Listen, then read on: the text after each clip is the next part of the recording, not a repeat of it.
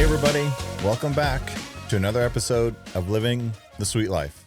I'm your host, TJ Sweet, and on this podcast, we're going to help you get from where you are to where you want to be. We're going to do that by helping you live with intention, helping you reshape your mindset, and helping you look at the world through a grateful lens.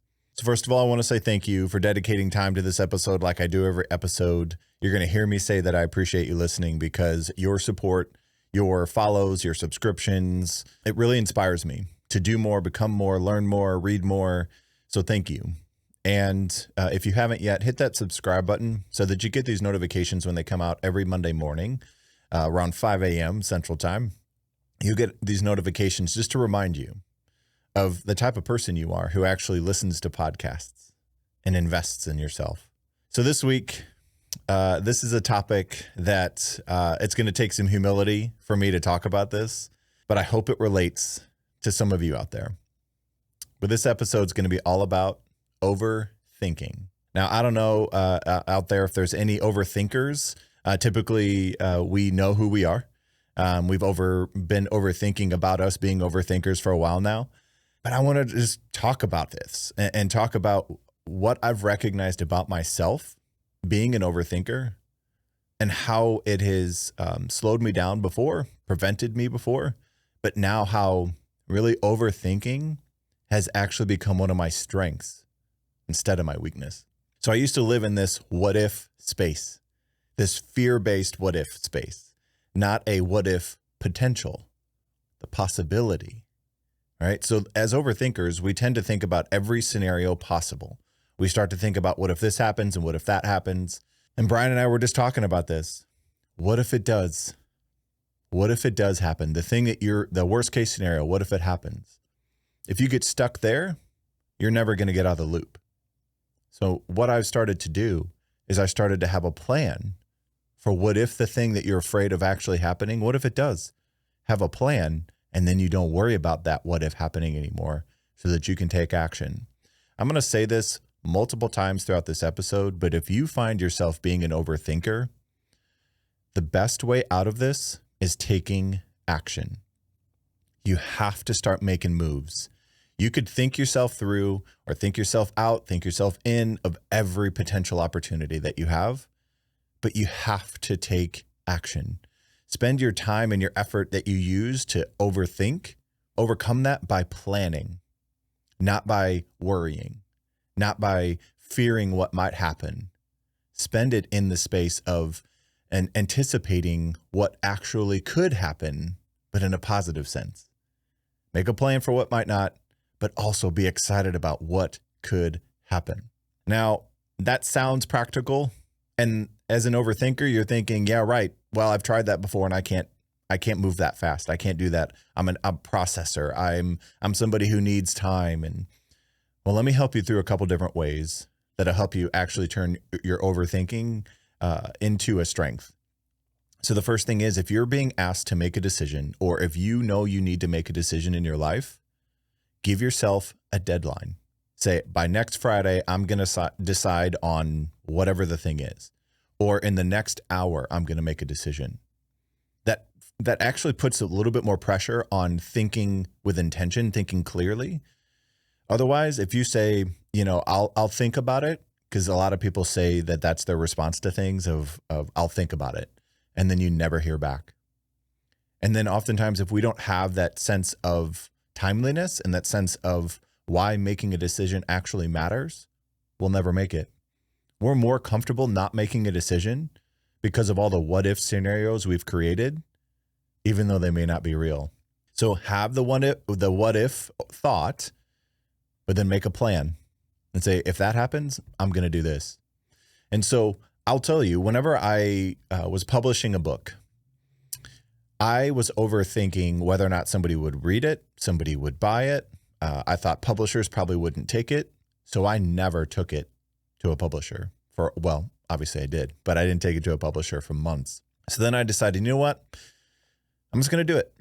By, July of 2019, by the end of July, I'm just going to send it to a publisher, right? That was the thought, instead of overthinking and holding it to myself. But what I did is I thought, who am I writing this book for? I made it less about me and more about other people. And once I took myself out of this thought pattern and I started thinking about the other people, it became easy because that's what I was doing it for. You start thinking about why. Why does it matter? Why does it matter if I publish this thing? Why does it matter if I make a decision? Why does it matter if I start this business or have that conversation? Think about the impact. So I don't want you to think less. I just want you to think more about what's real and what impact you're going to have. So I sent the book to one publisher. They accepted it within a day. I had a book published within a month. I held back that book for months.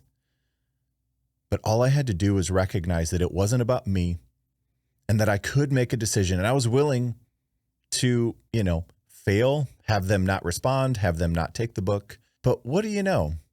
I sent the book to the publisher and they published the thing. And then I couldn't turn back. I was like, well, now I don't know what to do. I've never published a book before. But then I made a plan. What if they actually accept the book? Then I started making a plan. So I started book tours, book signings, sharing the book, all the different things. But this one book propelled my life in a completely different direction that even my best overthinking couldn't think of.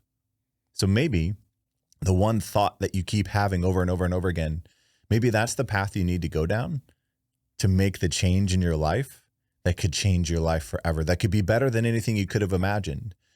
Because oftentimes what we do as overthinkers is we create scenarios based on what used to happen, based on who we used to be, based on what happened to other people, based on worst case scenarios to talk ourselves out of actually making a decision.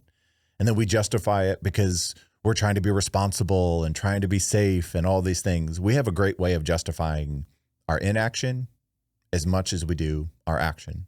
So when you find yourself overthinking, is it about the current scenario? Or is it about what used to happen? Or is it about the past? If it's about the past, set that down and invest in time and thinking about where you are right now. Because thinking about where you are right now and thinking about where you want to be will shift you out of this overthinking rut that you'll feel like you're falling into. So create scenarios of what if in the best way possible. What if it works? Because a lot of times you could stop yourself and think, what if you are successful? What if this one change is the one thing you needed to change your life? What if it is? Are you ready for that? Make a plan for that too. So don't just spend time in this endless loop of fear and overthinking. Get in this loop of possibility in overthinking. Thinking isn't a problem unless it's the thing that holds you back. Use your thoughts, use your effort, your desire, and your passion that you have from overthinking. Use that to move forward instead of you may be the only thing holding you back. Because what if it happens?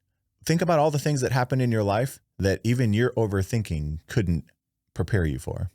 We only have limitations of our mind of what's happened before if we stay there. But if we surround ourselves with new people, listen to new things, read new things, we'll start to understand that our thoughts can actually lead us to where we want to be if we're willing to take action. Like I've told you before, like I said in the beginning, the best way to get out of an overthinking loop is to take action. It doesn't have to be massive action. Because overthinkers, we just tend to stay in our own little spot and then we could, think ourselves through as many scenarios as we want. But if you start taking action, your brain will start to reshift to what's possible, what's next, what do I need to do, how did the action feel, is that the step I needed to take? Again, those are all thinking, right, moments, but it's not preventive thinking moments. Understanding that you have this deep ability to overthink. I don't even really want to say overthink. I just think it's a matter of sometimes we get to where we've thought about something so much that we probably know what to do, but maybe we're the only thing holding ourselves back. And so acting recklessly by not thinking about things at all is also not what I'm talking about. There's very much a middle healthy space. If you feel like your overthinking is holding you back, this is the message. If you feel like, okay, fine, I won't think about any scenarios, that's also reckless. It's not what we need to be doing. You have to be responsible and accountable for the decisions that you're making. And I can promise you, as an overthinker, Here's an example of how it shows up for me, but I've learned to accept it as growth. After I release and publish every single one of these episodes, to be honest, for the first 2 years, my only thought was I should have said, I could have said, the episode could have been better if. All it was beat down thoughts. It wasn't that message that I shared was meaningful. It wasn't thinking about how I could share the message with more people. But now, after I've recognized that I can't go back in time to create a new episode and that I just have to let it go, but the best way to kind of feel comfortable with that is I prepare. I prepare for these episodes. I do my best to give everything I can for it. I use my overthinking to over-prepare for these episodes. So now when I release an episode, it comes from an authentic spot. I'm not reading a script. I'm not reading notes. I have a couple of bullet points to make sure that I touch on topics that I know are going to be important for you to know and for me to talk about. But I prepare for these things, and preparation takes you away from the overthinking, because preparation takes you into investment and possibility instead of just thinking about, all the things I wish I would have said. There's always going to be more things I wish I would have said, which brings me to more episodes and more things to share with all of you when I do get the chance to talk to you. So as you kind of settle into your overthinking, again, just understanding that it's not a weakness. If you understand that the scenarios that you're creating by your overthinking are up to you, you can create the what ifs in the negative or the what ifs in the positive. But you need to settle into owning that, because overthinking is not a crutch. Overthinking could actually be the reason why you succeed. And so as you think about the decisions that you've made, and this is one thing that I've heard a lot, is once we make a decision, people around us need to understand that if we choose to love, if we choose to forgive, if we choose to take the step, it's not whimsical. It's because we've thought about every possible scenario and we still made the decision to be kind, to love, to forgive, to be patient, to be optimistic. And so if you're with somebody and they maybe your partner in life or your partner in business or whatever it may be, and they're an overthinker and they're choosing to love you, they're choosing to be patient with you, just know that they've thought of every reason not to. They thought of all the fears and all the pitfalls of making decisions, and they're still choosing to love you. They're still choosing it, even though they've been overthinking about it. So give them space, give them grace, but you're also, if you are an overthinker, give yourself the grace and recognize that overthinking, because overthinking gets put in this bad light all the time, but that's because we're overthinking our ability to think in a way that can actually help us. So rethink the way that you overthink. Now, again, this episode and all of these episodes, I hope it invokes thoughts. I hope it creates more inspiration for you. I hope it doesn't put you in this endless loop of trying to learn and think and do different things. I bring these, that's why the episodes are as short as they are, to try to give you something to where you're not stuck on a loop of overthinking, but maybe you start taking some action after you listen to one of these episodes. So create scenarios that you actually want to see, create a plan so that you feel more prepared. Use your brain to your advantage. Don't let it use you. And share this episode with an overthinker. Spend some time re-listening if you are an overthinker. And just know that maybe overthinking is your superpower. Maybe it's not your weakness, but use it for your advantage so that you can live the life you want to be living, making choices that you make with intention. As I wrap up this episode, I just really want to encourage you to slow down and think about what you're thinking about as you're overthinking. Is it fear or is it growth? Hope you found something meaningful and you've taken just a little bit from this so that you overthink a little bit less, so that you take more chances for yourself, create better what if moments in your life. And as I wrap up this episode, I just hope you hit that subscribe button and, just understanding that every podcast is an opportunity to learn and grow. As we wrap up every one of these episodes, just reminding you that you always have the power and the choice to reshape your mindset, live with intention, and look at the world through a grateful lens. Until the next episode, never stop.